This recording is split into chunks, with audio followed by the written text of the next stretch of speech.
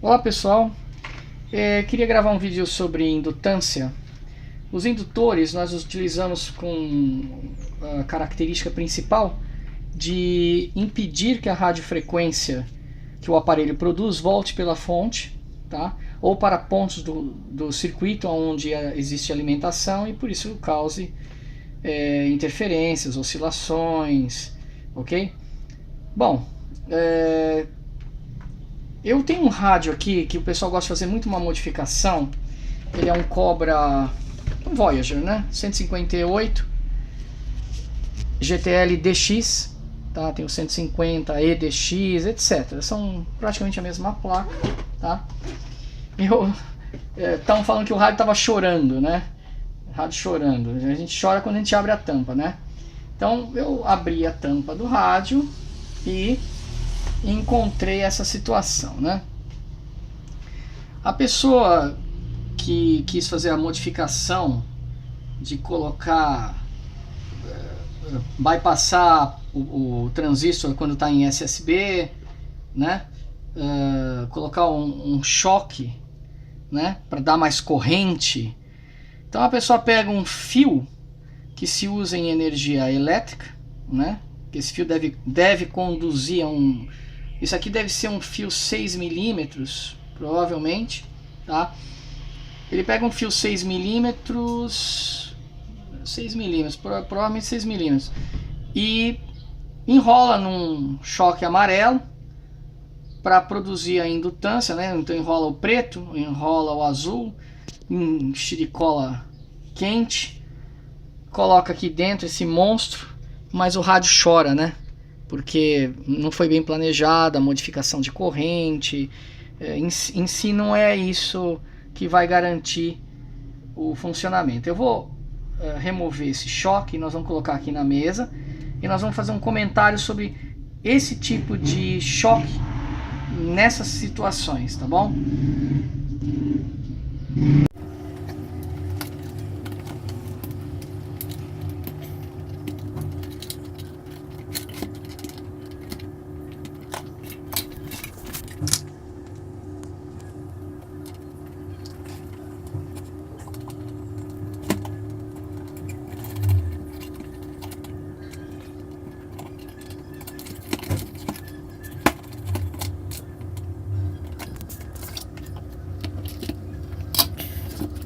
Retornando depois de remover o indutor, podemos ver aqui 9 voltas de fio 6 milímetros, tá? Azul e preto, formando 2 enrolamentos, ok?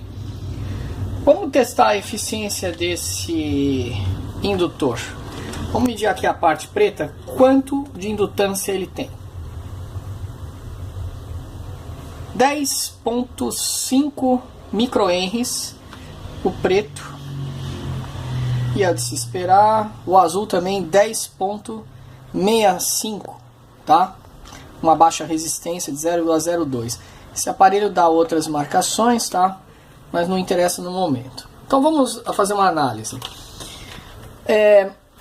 Numa frequência de 1,6 MHz ou 160 metros, ele vai se comportar como um resistor de 100 ohms, ok? 100 ohms. Eu vou pegar esse indutor aqui, que eu tirei de uma fonte, ok? E vamos medir o enrolamento preto dele. Também tem 2 enrolamentos, o branco e o preto. Vamos medir aqui. Olha, 105 microhenries. E ele tem 1, 2, 3, 4, 5, 6, 7 voltas. 7 voltas, 105, 10 vezes mais do que esse indutância. Isso significa que em 160 metros, 1,6 MHz, ele equivale a um resistor de 1K. É como se tivesse uma resistência de 1K em série, que ele é colocado em série, quando passa essa frequência. Então, essa frequência chega nessa amplitude e ela fica pequenininha. Já nesse resistor de 100 ohms, a mesma chega e já reduz pouca coisa, né? Isso mostra, se você pegar, para essas contas você usa uma calculadora de reatância indutiva, tá? Na internet tem muitas, você coloca a frequência, tá? e a indutância ele te dá o valor resistivo a essa frequência, tá? Bom, então nós podemos descobrir aqui um fator interessante. Esse indutor ele se opõe mais à frequência de 1.6 MHz do que esse indutor na frequência de 1.6, tá? Se nós aumentarmos a frequência para 3,5 MHz, esse resistor vai passar para 2,2K de oposição, enquanto esse para 220 ohms. Então, você vai percebendo que esse indutor não tem uma atenuação desejável para as radiofrequências como esse indutor.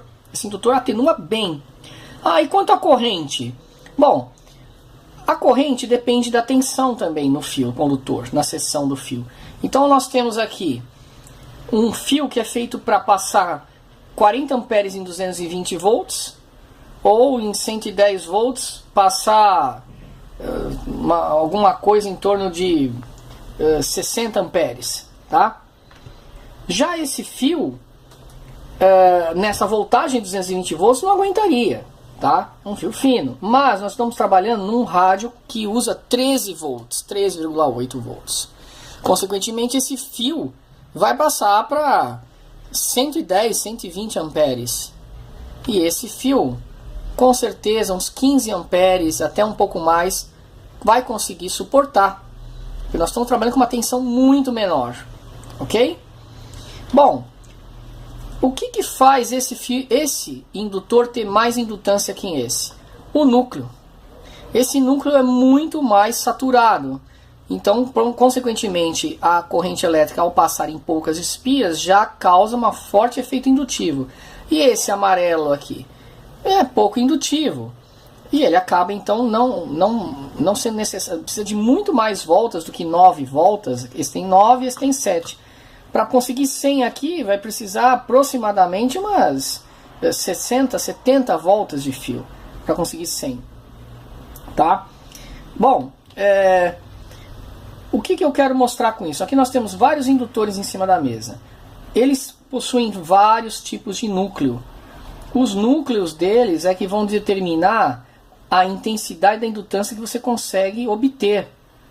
Por exemplo, vamos pegar esse indutorzinho aqui. Quantos microhenries ele tem? Né? Aqui no aparelho vai indicar 110 microhenries, ok? 110. Olha a quantidade de fio que ele tem. Muito fio.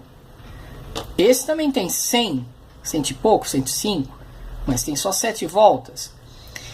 Esse aqui, por exemplo, eu achei aqui e testei esse núcleo. Vamos ver quanto ele dá. Esse aqui tem 6 voltas de fio. Está dando 103, 104 microhenries, tá? E ele é bem pequenininho, vocês podem notar, ok? E esse aqui eu já vou usar. Eu enrolei, fui eu que enrolou para usar nos coletores ou no source dos MOSFETs de saída, tá? Por que eu quero com poucas voltas e não um assim com muitas voltas? Pelo fato de que esse tem mais resistência, porque tem mais fio do que esse. Esse tem menos fio. Consequentemente, ele tem um momento de corrente maior. Ou seja, quando o transistor dá aquele pico de corrente em função da potência, você não tem que percorrer tanto fio e produzir uma queda de tensão maior. Esse não, esse percorre pouco fio, o DC, componente DC, que é a corrente contínua. E consequentemente, esse aqui energiza muito melhor o nosso coletor de transistor ou o nosso source de MOSFET, ok? Então nós podemos ver que o núcleo é importante em radiofrequência ser bem saturado para que nós possamos trabalhar com poucas voltas e consequentemente uma maior eficiência na parte de amplificação final, tá? Então o toroide tem que ser bem escolhido. Você vê que tem vários toroides de cores diferentes com códigos que servem para cada situação, tá? Temos um verde aqui também. Mas, por exemplo, se olha esse verde aqui, fala assim, puxa, esse deve ser ideal. Depende, que frequência ele foi regulado, vamos falar assim, escolhido, né? Olha, 2,45 microhenries. Concordo que o fio é bem grosso, dá uma mínima resistência, 0,01, mas 2,42 seria legal se esse núcleo tivesse a saturação desse pequenininho. Aí esse aqui daria uma indutância muito boa, para a radiofrequência conseguiria 100, 200 microhenries com poucas voltas, tá?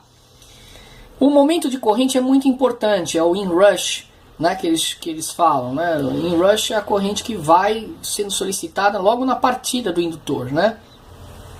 E ok. Bom, esses dois eu também confeccionei aqui, tá? Eles possuem, esses vão ficar, esse aqui eu vou pôr no negativo, ele está com 247 microhenries. Eu vou tirar uma volta dele para diminuir um pouco, tá? Esse verdinho. Esse outro que é igual, como vai ficar bonito até no rádio, né? Colocar dois iguais, para não ficar muito diferente, né? Esse eu vou colocar no positivo, tá com 180. Vou deixar o outro com 180, tá? E esse verdinho pequeno que eu mostrei para vocês, que é a minha vedete aqui, a estrela do show, ele vai ficar nos coletores de saída. E esse fio é de cobre, 18 AWG, ele aguenta 20 amperes, tranquilo. Então esse aqui vai ficar para alimentar os coletores. Bom, com isso vocês podem perceber que esse indutor enorme, ele é ineficiente, superdimensionado em termos de fio e consequentemente vai provocar assim, simplesmente um gasto desnecessário para quem for fazer no rádio. Alguém pagou para fazer isso, não sei, e ficou desse jeito, né? Uma coisa que não tem sentido. Ah, mas eram 9 voltas de fio, mas e o núcleo? Qual que era a indutância? Eu posso dar 9 voltas de fio aqui e ter 2, ó, 1, 2, 3, 4, 5, 6, 7, 8. 8 voltas de fio e dá 2,5 microhenries, que nós vimos aqui no medidor. Esse tem 9 voltas, uma a mais, e dá 10. Então você vê que o núcleo é muito importante para atingir a nossa frequência que faz a reatância, tá? Então eu acho que... outra coisa que eu queria falar sobre a potência. Nós estamos trabalhando com interferências que vêm pela fonte, tá? Vem pela fonte ou vem pelo ar. Elas têm uma amplitude muito pequena em termos de energia, mas elas causam alto problema, uma oscilação no rádio, interferem com os circuitos receptores, né? Então a potência de dissipação não é crítica. Nós estamos falando que o DC vai passar por aqui e não vai esquentar de forma alguma, né? No DC não é um problema, mas quando entrar uma frequência de 1.6, 3.5, 14, 28 MHz, né? O que vai acontecer? Ele vai se comportar como um resistor. Nesse caso, 100 microhenries, um resistor de 1K em 160 metros, como eu já calculei para vocês, tá? E vai aquecer? Se a amplitude é muito pequena, não vai aquecer. Agora, suponha que eu vou construir um balão de antena. Um balão, para acoplar uma antena num rádio. Aí é outra história. Eu vou jogar 800 watts de radiofrequência em cima de um indutor. Nesse caso, eu vou jogar em cima de um resistor, que eu estou ajustando a impedância entre a antena. Vamos supor que a antena tem 75 ohms, por algum motivo físico dela. E a linha do meu rádio tem 50. Eu quero ajustar essa resistência. Então eu crio um indutor, coloco configurado, né? Como vocês têm na internet muitas informações, não vamos detalhar isso agora. Mas quando eu jogar a minha linear de 800 watts sobre esse indutor, eu estou jogando essa potência sobre esse resistor, sabe? Um resistor hipotético, né? Ele vai esquentar. Daí você vai precisar, não de um core desse aqui, um core toroide pequenininho, porque ele vai esquentar e ele vai quebrar. Você vai precisar talvez de um toroide desse para 800 watts, 1000 watts, desse tamanho, talvez aguente. Mas não esse, mas um tamanho. Porque esse aqui tem uma indutância muito baixa. Talvez dê para fazer filtros de ruído em frequências muito altas, né? 500 MHz para cima, dá para ter alguma... tem a eficiência de 10 micro, alguma coisa assim, né? Bom... aqui tem vários choques que você tira da fonte, pega os toroides. Como que você faz para finalizar? você mede, por exemplo, eu pego esse aqui, olha só, é um indutor que tem um diâmetro bom interno, externo, fininho, ó, tem uma volta de fio, tá aqui no meio. Vamos ver quanto tem de indutância uma volta de fio nesse indutor. Uma volta de fio tem 6,26, olha, uma volta tem 6,26.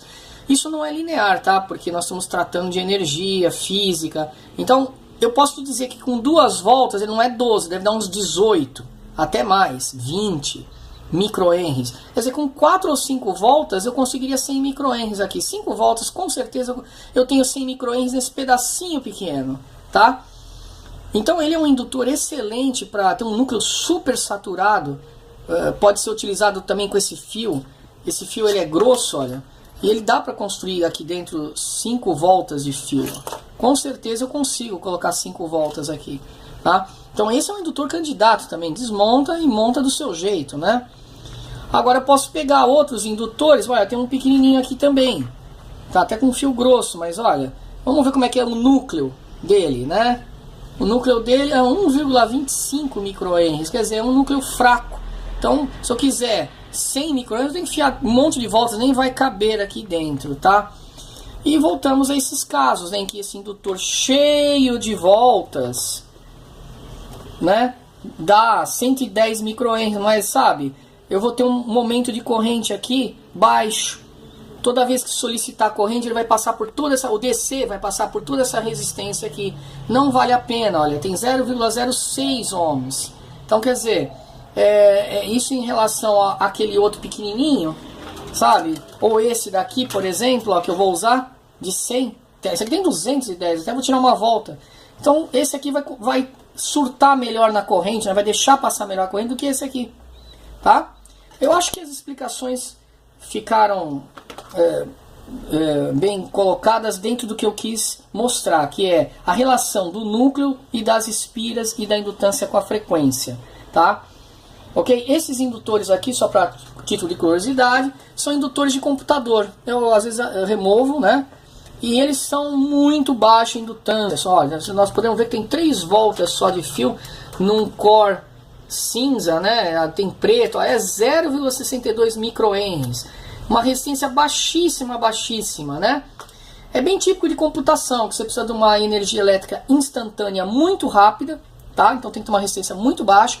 E as frequências que ele trabalha são megahertz, gigahertz, e a gente quer bloquear frequências nesse sentido, né? Então esses indutores são ótimos para frequências muito altas, tá? E outros aqui não... Eu vou pesquisando à medida que eu preciso de um núcleo, eu vou lá, desenrolo ele, e aí eu utilizo o núcleo para o meu trabalho, tá bom? Eu espero que vocês tenham gostado.